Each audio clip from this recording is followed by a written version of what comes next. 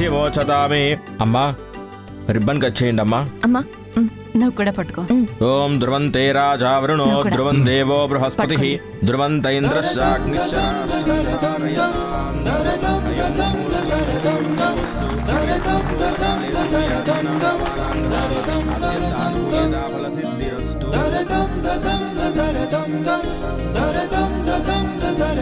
ఓం శ్రీ మహాగణాధిపతయే నమః. ఓం గణానాం భవామహే కవిం కవీనాం ఉపశ్రవస్తమం జ్యేష్ఠరాజం బ్రహ్మణాం బ్రహ్మణస్పదాన శృణ్వన్నోతిభిస్సీదసాదనం. మహాగణాధిపతయే నమః. ప్రార్థనా నమస్కారాన్ సమర్పయామి. మహాగణాధిపతయే నమః. ప్రసాదం ససాదృహామి. ప్రదానం భవతి శతాయుః ఆయుష్యేవేంద్రియే ప్రతిష్టతి.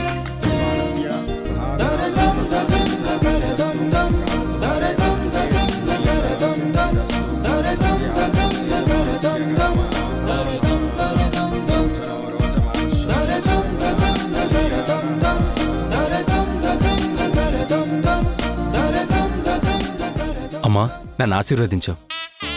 అరే నీ బిజినెస్ గ్రాండ్ సక్సెస్ అవ్వాలని ఆశీర్వదిస్తున్నాను. ఆల్ ది బెస్ట్ నాన్న. థ్యాంక్ యూ అమ్మా. పద.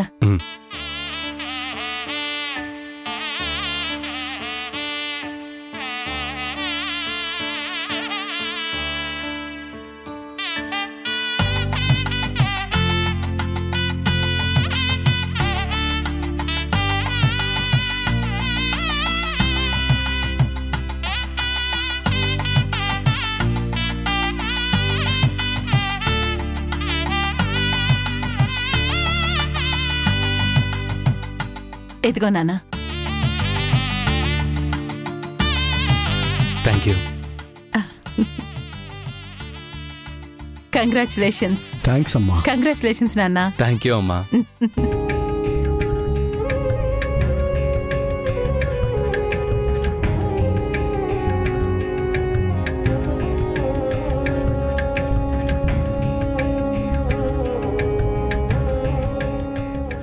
కస్టమర్స్ బానే వచ్చారు అరుంధతి.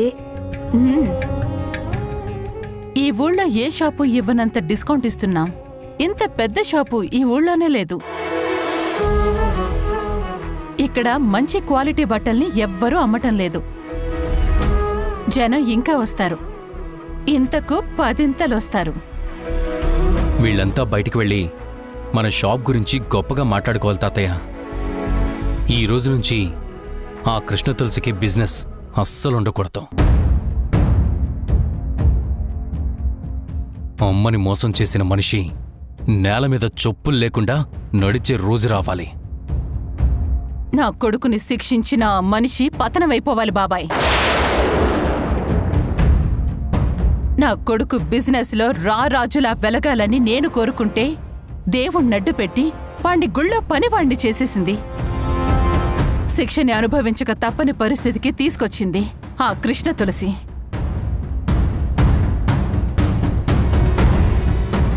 ఆ కృష్ణ తులసిని, తన కుటుంబాన్ని అదే గుడి ముందు చేతులు చాచి కూర్చునేలా చేస్తాను. అందుకోసం వేసిన మొదటి అడుగు ఇది. ఇంతకాలం పోటీ లేకుండా బిజినెస్ చేసింది కదా, ఇక నుంచి బిజినెస్లో పోటీ అంటే ఎలా ఉంటుందో చూపిస్తాను ఆ కృష్ణ తులసికి. ఆకాశంలో ఉన్న తన బిజినెస్ ని నేలకి దించేస్తాను.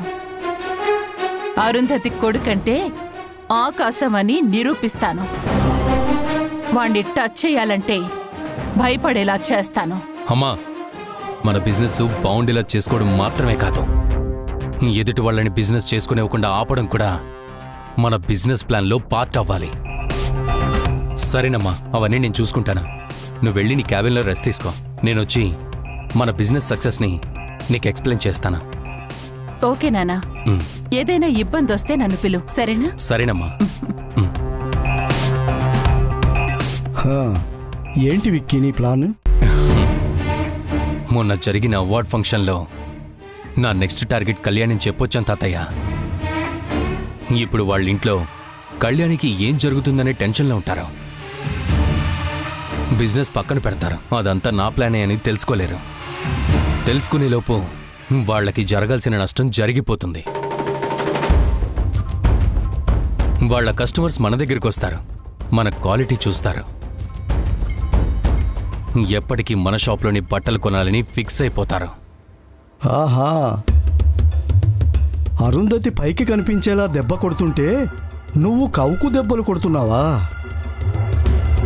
ఈపాటికే వాళ్ళ బిజినెస్ డౌన్ అవుతూ ఉంటుంది తాతయ్య.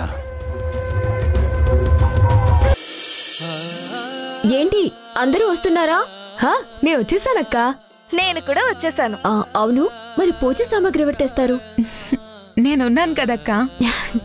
అక్క చెల్లెల్లో మనం ఓకే, మరి మనమ్మేది? అందరికన్నా ముందుండాల్సింది ముసలి ఏది? ఏ ముసలి, ఎక్కడన్నావు? త్వరగా రా. బాబా మీ అల్లరి బాగా ఎక్కువైపోయిందే. వస్తున్నాను కదా. ఎంతసేపు మరి? లోపల మేకప్ వేసుకుంటున్నావా? అదొక్కటే తక్కువైంది నాకు. ఇంతకీ ఎందుకింత హడావుడి చేస్తున్నారు? ఎందుకు?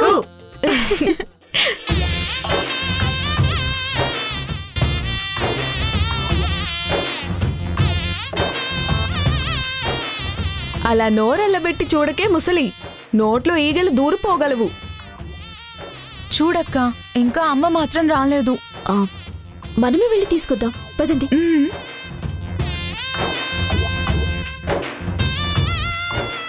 తొందరగా రా అమ్మా, నీకు అస్సలు కంగారు ఉండదు.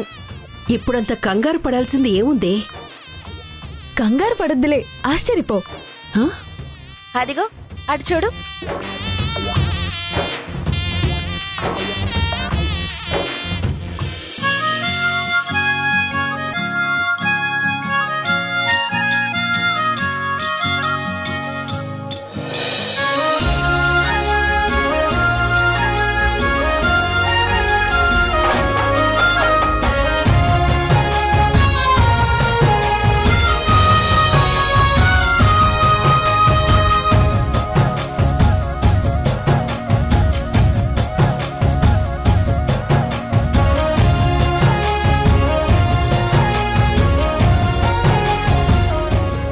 చూసావా కృష్ణమ్మ, ఎంత స్టాక్ వచ్చిందో?